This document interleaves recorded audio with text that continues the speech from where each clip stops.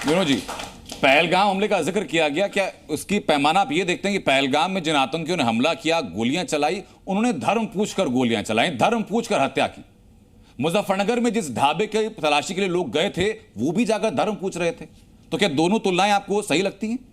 नहीं, तुलनाएं ठीक नहीं है। पहलगाम की घटना एक अलग तरह की घटना थी, आतंकवादी घटना थी, और ये धर्म पूछने वाले लोग जो थे स्थानीय लोग थे। लेकिन मुझे लगता है उनको जाकर सीधे धर्म पूछने के बजाय पुलिस को ये काम करना चाहिए जी। ये काम पुलिस का और सरकारी तंत्र का है कि वो जांच करें कि कौन क्या है।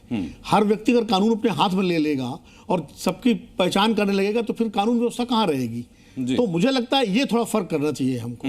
नहीं, आपने बहुत अच्छा सुझाव दिया कि कानून का सहारा लेना चाहिए, नहीं तो कुछ लोगों को देख के फिर बाकी सब भी ये सब करेंगे। लेकिन सबसे बड़ी बात है, ये सवाल क्यों पैदा हो रहे हैं, ये मुस्लिम समाज के जो प्रमुख हैं उनको सामने आकर बताना चाहिए कि ये कुछ लोगों की करतूतें हैं। हम पूरा समाज ऐसा कभी भी भोजन इत्यादि के साथ नहीं करते, उनके कोई अधिकृत वक्तव्य नहीं आते, तो समाज में ये द्वंद्व बना रहता है। आपने बातें की कि सबका ईश्वर एक है, आपने एकरूपता की बातें की, लेकिन आमतौर पर जब धर्मगुरु या जो कुछ कथावाचक होते हैं वो जब ऐसी बातें करते हैं तो इस बात को लेकर भी ऐतराज होता है। और इसका मैं हालिया उदाहरण एक बाइट के रूप में सुनवाना चाहूंगा। उत्तर प्रदेश के पूर्व मुख्यमंत्री हैं, समाजवादी पार्टी के राष्ट्रीय अध्यक्ष अखिलेश यादव, धर्मगुरुओं को लेकर के या कथावाचकों को लेकर के उनके उद्बोधन क्या है, एक बार वो भी सुनवा देता हूं आपको।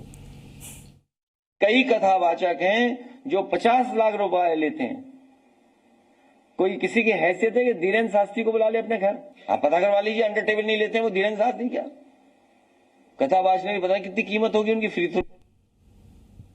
कथावाचकों की कीमतों को आंक रहे हैं। और ये विवाद, आप सब लोग इस बात से वाकिफ होंगे कि भाई एक यादव समुदाय के व्यक्ति ने कहीं कथा पढ़ दी थी, उसको लेकर के विवाद हुआ। तो पहला सवाल तो दीदी मेरा उसको ये है कि क्या कथावाचन पर ब्राह्मणों का एक अधिकार है, या कोई और व्यक्ति जो पढ़ना चाहता है, वेद पुराण शास्त्रों को पढ़ना चाहता है, वो आगे ज्ञान दे तो उसको भी आप उचित मानती हैं? देखिए, पहले तो जो आपने अभी वक्तव्य सुनाया वो कुछ लोगों को प्रसन्न करने के लिए ऐसा बोला गया है। किसको प्रसन्न कर उचित नहीं है बोलना। अखिलेश यादव किसको प्रसन्न मुझे नहीं पता, वो जाति की राजनीति भी करते हैं। उनको मुस्लिम वोट बैंक की भी बहुत हसरत रहती है, इच्छा रहती है।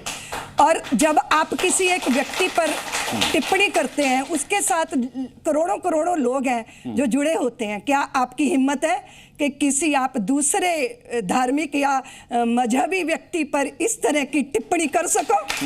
क्यों, आपकी क्यों हिम्मत पड़ती?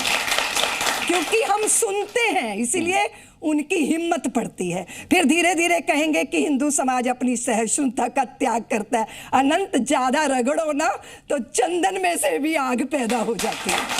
अच्छा नहीं है, उचित नहीं है। सबको अपनी सीमाओं में रह के वक्तव्य देने चाहिए। दूसरी बात आपने कही, जो प्रभु का है वो प्रभु के गीत गा सकता है ना। ये जो घटना की आप बात कर रहे हो, एक छोटे से क्षेत्र में हुई घटना है। सबसे पहले बहुत बड़ा कर दिया। हाँ, नहीं, फिर गलत बात है कि हम क्यों आग पूरे देश में लगाना चाहते हैं, क्यों हम जातियों में हिंदू समाज को धकेल के राष्ट्रीय बोध को सत्यानाश करना चाहते हैं। एक जगह घटना हुई, तमाम जगह घटनाएं होती हैं। अगर हम उसको इस तरह इतना आसमान पे ले जाएंगे, अच्छा नहीं। सबसे पहले तो उस व्यक्ति को अपनी पहचान नहीं छुपानी चाहिए थी, है ना। दूसरा, फिर मान लो उन्होंने पहचान भी छुपा ली तो उनका सिर मूंड के इस तरह का व्यवहार नहीं होना चाहिए था।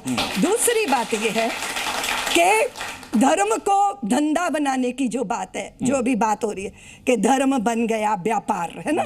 बहुत सारे लोग हैं जो, इनमें से ये लोग भी हैं, ये व्यक्ति भी है जो अपनी पहचान छुपा के विचित्र विचित्र तरह की हरकतें व्यासपीठ पे करता है। तो ये धर्म की संस्थापना नहीं कर रहे, ये कहीं ना कहीं अपनी कुछ रोजी रोटी की व्यवस्था कर रहे होंगे। लेकिन धर्म कोई व्यापार नहीं है, मजहब का आधार नहीं है, आत्मा की अनुभूति धर्म है, निज जीवन का सार, इसे समझना होगा।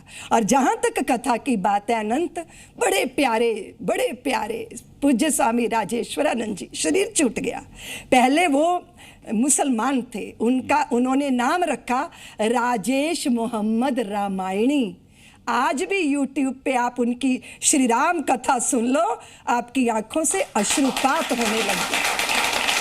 तो बात ये नहीं है, जो भगवान का है वो भगवान के गीत कहीं भी बैठकर गा सकता है। इस घटना को लेके जातीय विद्वेष समाज में आए और राजनीतिक लोग अपनी राजनीति की रोटी सेके, ये दुर्भाग्यपूर्ण है। समाज को इस सारी जो है इस तरह की चीजों से सावधान रहना चाहिए। ठीक है, मैं तो उम्मीद करता हूं कि इस विवाद का आपने अंत किया कि जो भगवान का है उसको भगवान का कथावाचन करने में कोई रोक नहीं होनी चाहिए।